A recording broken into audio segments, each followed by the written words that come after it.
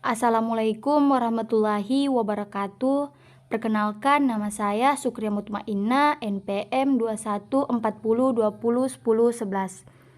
Baiklah, sebelumnya yang terhormat Ibu Eko selaku pengampu mata kuliah Kultur Jaringan. Baiklah, di sini saya akan memaparkan materi kultur jaringan yang berjudul mikropropagasi dan variasi somaklonal.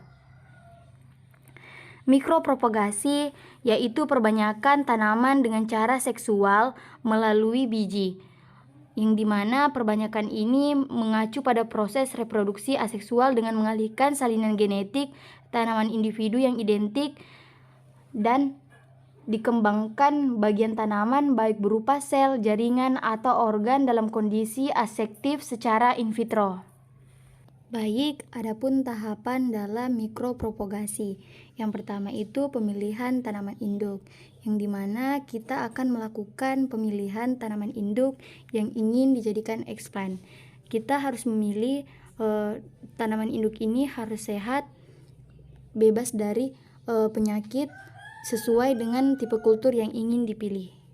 Selanjutnya itu inisiasi dan sterilisasi eksplan, yang dimana pada tahapan ini setelah kita melakukan pemilihan tanaman induk, kita mengambil bagian tanaman induk yang ingin dijadikan eksplan sesuai dengan kebutuhan. Selanjutnya itu sterilisasi eksplan. Setelah kita memilih bagian tanaman induk yang ingin dijadikan eksplan, kita melakukan namanya sterilisasi eksplan untuk menghindari kontaminasi terhadap pemilihan tanaman induk.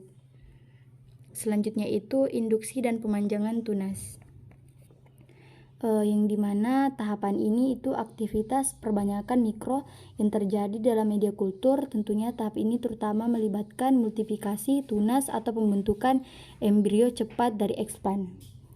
Selanjutnya itu induksi perakaran secara in vitro dan ex vitro. Adapun tahapan yang terakhir itu aklimatisasi, yang dimana pada tahapan ini setelah tunas yang sudah berakar itu dipindahkan ke rumah kaca atau rumah paranet yang dijaga kondisi lingkungannya. Adapun kelebihan dan kekurangan. Yang pertama itu ada kelebihan, yang dimana tingkat perbanyakan tanaman yang tinggi melalui perbanyakan mikro. Sejumlah tanaman dapat tumbuh dari sepotong jaringan tanaman dalam waktu yang singkat. Perbanyakan mikro reproduksi tanaman yang bebas dari penyakit. Juga membutuhkan ruangan pertumbuhan yang minimum. Dengan demikian, jutaan spesies tanaman dapat dipelihara dalam ruang budidaya dalam ruangan yang kecil. Selanjutnya itu meregenerasi sel menghasilkan tanaman yang lebih kuat,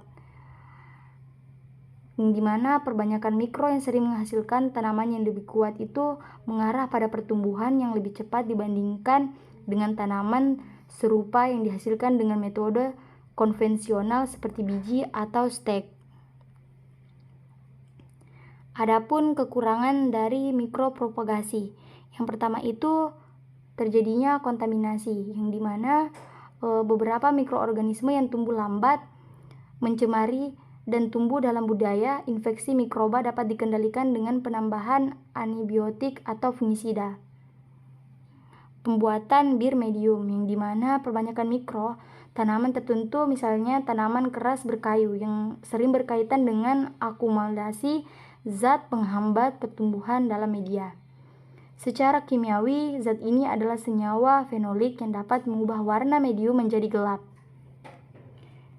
Selanjutnya itu variabilitas genetik, yang dimana ketika perbanyakan mikro dilakukan melalui kultur pucuk, variabilitas genetik sangat rendah. Namun penggunaan tunas adventite sering dikaitkan dengan variabilitas genetik yang nyata. Selanjutnya itu vitrifikasi, yang dimana selama perbanyakan tunas in vitro yang berulang, kultur menunjukkan daun yang basah, kuyup, atau hampir tembus cahaya. Tunas seperti ini tidak bisa tumbuh dan bahkan bisa mati. Fenomena ini disebut dengan vitrifikasi. Hal ini dapat dicegah dengan meningkatkan konsentrasi.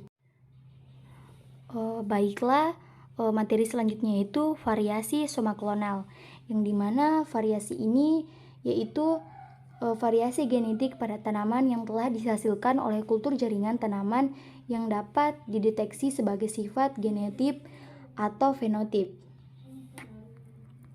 Selanjutnya itu ada fitur dasar variasi somaklonal, yang dimana fitur dasar variasi somaklonal ini itu variasi dalam jumlah dan struktur kromosom biasanya itu diamati. Tanaman yang diregenerasi dengan perubahan kromosom yang berupa sering menunjukkan perubahan untuk warna daun atau tingkat pertumbuhan dan kebiasaan dan kesuburan seksual. Umumnya itu mutasi yang diwariskan oleh bertahan di tanaman populasi bahkan setelah penanaman di lapangan. Selanjutnya itu mekanisme variasi somaklonal, yang dimana itu yang pertama itu ada genetik, yang dimana variasi yang dapat diwariskan seperti variasi sel somatik explant yang sudah ada sebelumnya, disebabkan oleh mutasi dan perubahan DNA lainnya yang terjadi pada frekuensi yang tinggi. Yang kedua itu ada epigenetik, yang dimana variasi yang tidak dapat diwariskan itu variasi yang dihasilkan selama kultur jaringan, disebabkan oleh perubahan fenotip sementara yang terjadi pada frekuensi yang rendah. Adapun penyebab variasi somaklonal terbagi menjadi 3. Yang pertama itu fisiologis. Nah, penyebab fisiologis ini itu paparan kultur terhadap zat pengatur tumbuh dan juga melihat dari kondisi budayanya. Selanjutnya itu ada penyebab dari genetik. Penyebab dari genetik ini yang pertama itu perubahan jumlah kromosomnya, dan yang kedua itu perubahan struktur kromosomnya. Yang ketiga mutasi gen seperti transisi, transversi, penyisipan, penghapusan. Selanjutnya itu mutasi placement, dan yang selanjutnya itu aktivisasi elemen transposable. Selanjutnya itu urutan DNA, yang dimana urutan DNA itu berupa perubahan DNA, perubahan protein, metilasi DNA. Yang terakhir itu adalah penyebab biokimia, yang dimana penyebab biokimia ini kurangnya kemampuan fotosintesis karena perubahan metabolisme karbon. Biosintesis pati melalui jalur karotenoid atau metabolisme nitrogen.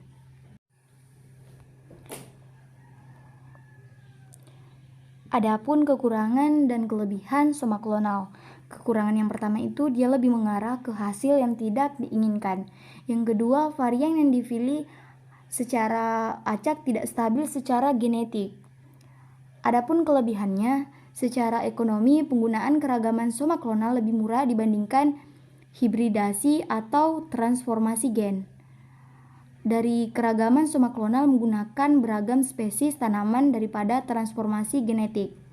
Selanjutnya, keragaman somaklonal tidak memerlukan identifikasi sifat genetik, sedangkan pada teknik lain diperlukan identifikasi sifat untuk mengisolasi gen. Selanjutnya itu banyak varian yang telah banyak dibentuk dari keragaman somaklonal, frekuensi dan distribusi kombinasi genetik itu bisa diubah. Selanjutnya itu ada penyebab variasi somaklonal. Yang pertama itu terjadi mutasi, yang dimana perubahan yang terjadi pada bahan genetik. Jika perubahan urutan nukleotidanya disebut dengan mutasi gen, nah sedangkan perubahan yang terjadi pada struktur atau jumlah kromosom yang disebutlah dengan mutasi kromosom. Yang kedua itu ada epigenetik yang terjadi karena adanya perbedaan lingkungan.